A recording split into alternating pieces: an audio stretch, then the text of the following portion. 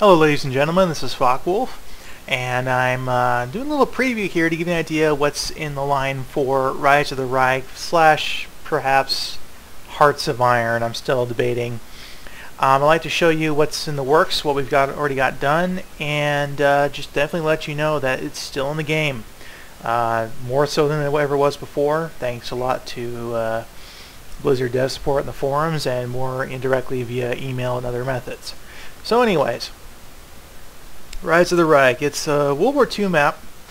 Going to have two modes, historical and diplomacy mode. Diplomacy mode is going to be redone a little bit more, redone a little bit from what you experienced in World War II Diplo. We're planning to do it more as if you capture a nation like its capital, then the original borders of the nation, the players still get to keep that, but then afterwards when they expand for you, and it's going to be more along the lines of Empires and Conquest map. Just, I'm not against going with different ideas here and there. Anyways, Call to Arms is the historical mode, Rise of the Reich is the diplomacy mode. I'd like to show you guys a couple things. First of all, the diplomacy interface. It's going to be more user-friendly this time around, and a lot more heads-up stuff and stuff like that. Also, you're going to have your own individual player picks here. If you're like long-time World War II Diplo fans or developers or friends of developers, then you can have your own custom one, like mine's a Fockwolf. And other people will be able to, have their image unlockable by various stats and stuff like that. There is player progression as well as unlockable units. Hopefully at some point some of them via a premium map market where you can use an item shop to buy special ones. I am thinking definitely of having a T29 for long-time World War II Diplo fans. We can go into that later. Anyway, just stuff's going along here pretty nicely. And we also got the research system. Now, this is going on pretty nicely too. This is not where it is right now. That's being done by a different guy right now. I'd like to show you what we got so far. Got the research queue over here. You're going to be able to have one tech up here as your main tech with a progress bar and all. They're going to have the research queue down below. You'll be able to move these up and down the queue depending upon what you need. And then there's the general research tree over here. I'll show you guys that in a second. And there's a right box here that's still missing. That's going to be able to, you'll be able to look at specific information about technologies, as well as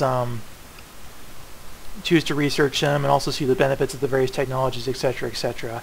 Be a nice one-page tech tree here, nice and well laid out. I think you guys are going to find it very nice to have. It's somewhat Hearts of Iron-like, but definitely really simplified for you guys to enjoy. Anyways, that's it for the UI. Hello, and then this is the other reason we're back in the game. Well, sorry, we never left the game. We were definitely out on the outskirts for a while. We are making progress in the custom models. There's a lot of issues here. Hopefully I'll show you guys some of the ones we're having here, but stuff is definitely moving along. As you can see, we're working on textures, etc., and maps and smoothing and all that stuff. So stuff's moving along there pretty nicely, I'd say. I got most of this texture done in one day, and it's definitely not finished, nor will this probably be the final texture, but I think I'm pretty proud of the work I've done on it so far. Definitely a big shout out to LaRooster. Guy making the 3D Max tools right now, the third-party version. Big help. Showing me a lot of good stuff. Alright, so we got the Sherman model, which I've pretty much, this is accurate today. There's also the Panzer V, which was made by two different people on my team.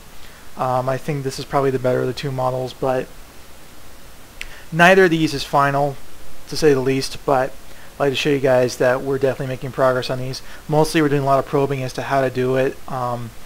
Things like StarCraft 2 metallic textures and the like are kind of eluding us to a degree still, but we're definitely making progress. Also, the tool shader is not helping. A lot of the actual raw development is going to wait for the art tools. We've been waiting on that for quite some time. I made a real row about it before summer, but Blizzard was of course unresponsive as usual. We're definitely moving along. Hopefully, I wouldn't say this will be done by Christmas, but hopefully it'll be able to get done in like the next year or so. It really depends how much help I get and how much else I have to do. Real life can always intervene, but stuff is definitely on the way. We are planning to make this entire model set public, so those of you making World War II maps can also enjoy from them. Can also enjoy them, excuse me. And be able to enjoy the maps we make from this.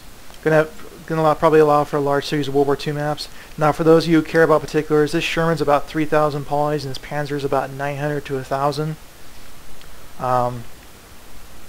Went with a higher poly count because we're definitely going towards more of a tactical style gameplay, and the high poly count isn't so bad in those situations. So about 3,000 for this, which I hear is still less than the Blizzard Corruptor, but it's moving along. I am definitely looking for modelers, texture editors, especially, even perhaps a secondary terrainer. Lots and lots of stuff needs to be done here, but we're definitely moving along. It's going along despite our currently limited manpower. But we definitely got some pretty skilled people. Paranoia Complex, Ryan's been helping out a lot, and stuff has been moving along, so we're definitely in the game there. Just figured I'd show you guys what they look like in game. The turrets do work. The Shuren's missing all the attachment points besides the turret Z, but stuff's moving along pretty nicely there. And now, as you can see, the turret is kind of down below the hull. I'm not sure if this is a problem with the tools. It wasn't this way before 1.5, so I assume that 1.5 or one of the 16 patches afterwards broke something again. It's been a rough going.